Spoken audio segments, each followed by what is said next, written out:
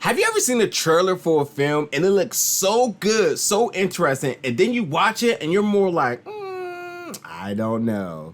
Well, that is my initial action of this new film that's going to be releasing soon, but I think I need to get into this review so I can explain it and break it all down for you right now.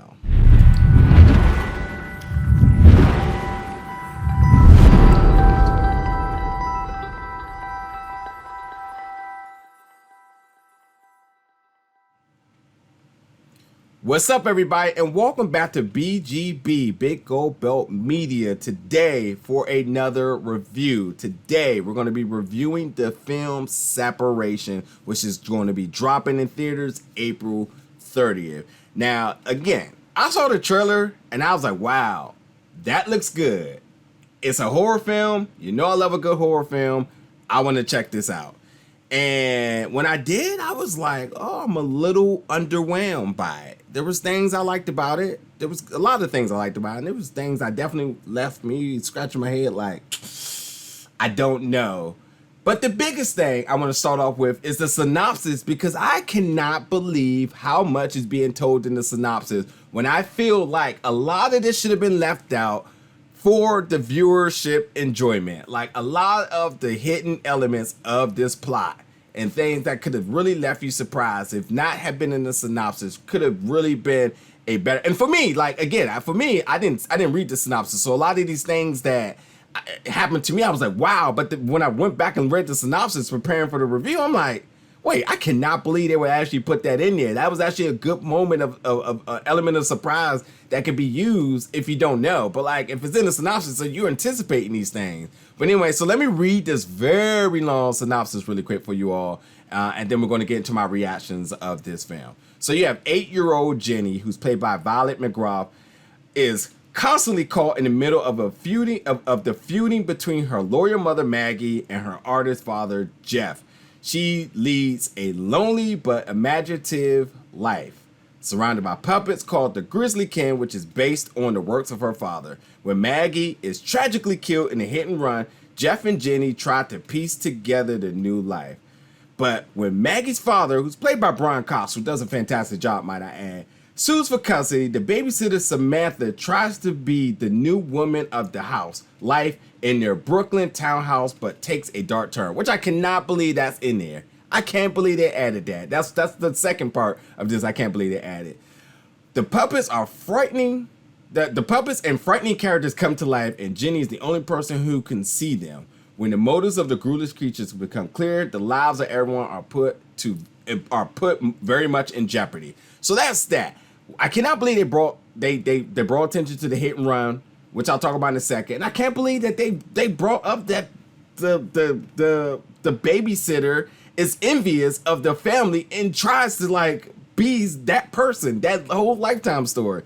With that being said, going back to Jeff, who's the father, this dude is an irresponsible and failing husband and dad. He was a well-respected artist, but his time has passed. It's been 2 years since he's actually put out anything good. So the money isn't flowing in like he used to, and he's just irresponsible in the care for his daughter. And the wife sees that, and ultimately she wants a divorce. So the first part of this movie is a custody battle, thus the title being Separation. To be honest, the first part of this film is nothing but a drama. It really, really is. Like, there's sprinkles of horror in it, but like overall, it's really the dynamics between the mother and father and who's going to get custody over their daughter. But as the synopsis says, when Maggie is tragically killed in a hit and run, the movie takes a super dark turn from that moment. Like when it happens out of nowhere, and it caught me off guard. And I was like, oh shit, I didn't see that coming. But the fact now that you can anticipate is kind of like, okay, wow.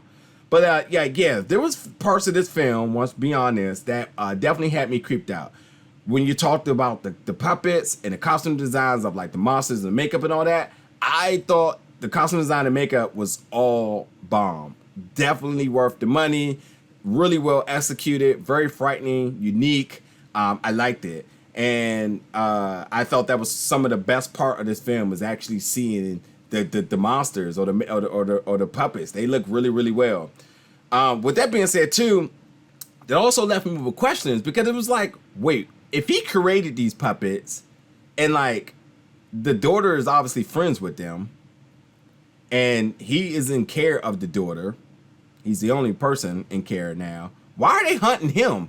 And then, like, for the longest, it was never explained, and I could not get it out of my head. Like, why is he being targeted? It just didn't make sense to me. But here nor there, with the father who already has it rough, lost a wife, was already in a custody battle, didn't have a job. Why does he needs to be haunted too? Like, he was already, you kicking a man while he's down. I just didn't get it. But also too, I will say, like, the tone of this film was a little bit all over the place. Like, in the beginning part of the film, it was a drama. Then it like turned it turned comedic, and then like it became a tragedy, spooky. But overall, this never really took itself serious. And I think a lot of that had to do with the score. Like, the score was definitely really kind of like catered towards the comedic side of things, which to me, I felt like it should have probably catered more to the horror side. Would have probably made that just a little bit better on that note. But with that being said too, I thought cinematography was done well, because with a lot of things lurking in the shadows, it really added that creepy feel and vibe to it. And there was a lot of low light shots. And I think in the theaters, I think this is probably going to be really, really visually good. I did watch a screening, so I did have an issue with the sound, and it could have just been my copy. So I had to turn my volume all the way up. And maybe in the theaters you won't have to do that, but if it is like how I watched it, then there's moments where it's really quiet, and it does kind of really help that creepy, eerie element with something lurking back there, but it's really quiet, and they're making these really kind of crazy noises and whatnot. But I guess I have to see it in the theaters to kind of make that determination. But yeah, like I said, again, the puppets were really crazy and whatnot. Now, there was also something else that this film did pretty interesting. So the final phase of this movie, things got really weird. And it did something very similar to another popular franchise in Stranger Things. So, in Stranger Things, when they were seeing images of the Upside Down, and like everything would go blue and whatnot, well, they had their own version of the Upside Down, and like everything would go red. And it was just like, wait, where did this come from? And why? And then it never really made sense to me how that all came about. But when it did, I was like, yeah, things are getting very weird all of a sudden. And it is what it is. I just had to throw that out there, because I was just like, I just couldn't make sense to it and whatnot. As far as performances here, again, Brian Cox, who plays essentially the grandfather here, he does a really good job as the really bitter but also very mischievous father, wanting to really find out Jeff's intentions. Jeff, played by Rupert Friend. But the real star of this was 8-year-old Violet McGraw. She is 8, but she plays 8-year-old Jenny.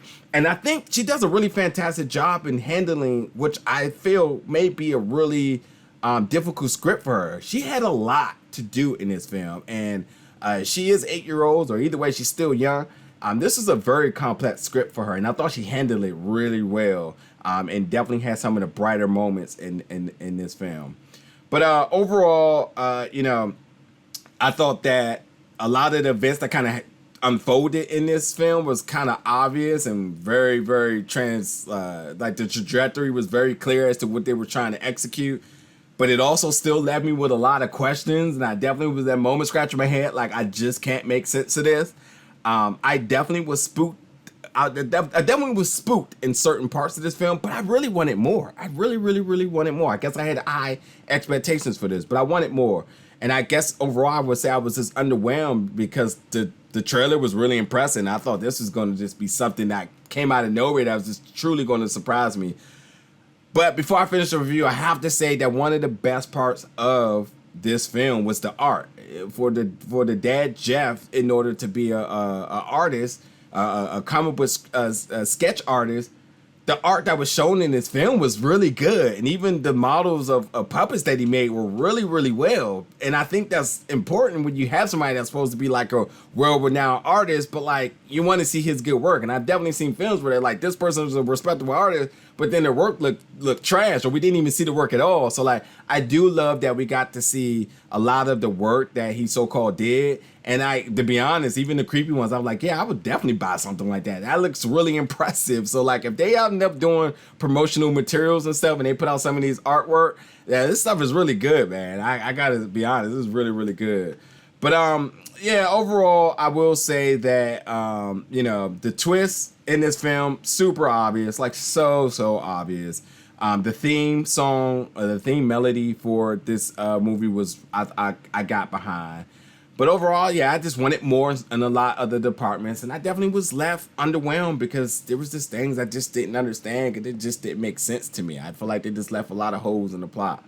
But overall, make sure you stay for the mid-credit scene, because the way how the film ended, I was like, what? And then when the mid-credit scene came out, I was like, yes, thank God, the savior to making it all make sense. And then that was left me with like, okay, maybe I don't understand the point of that. But overall, maybe they're just trying to just set up for a sequel. And it all depends on how good this does.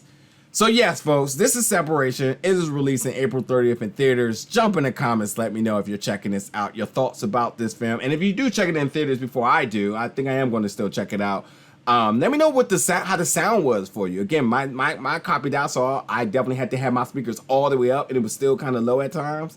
And I don't know, was that by design, which could be good. It was definitely reliable or executed well in certain scenes. Some scenes where dialogue was needed, it was kind of like, I can't hear you, but it is what it is. But yeah, I would definitely like to know your thoughts on that as well. But yeah, thank you so much for checking out this review, folks. And stay tuned, because we got more movie reviews, series, and TV reviews coming very soon. Thank you for watching.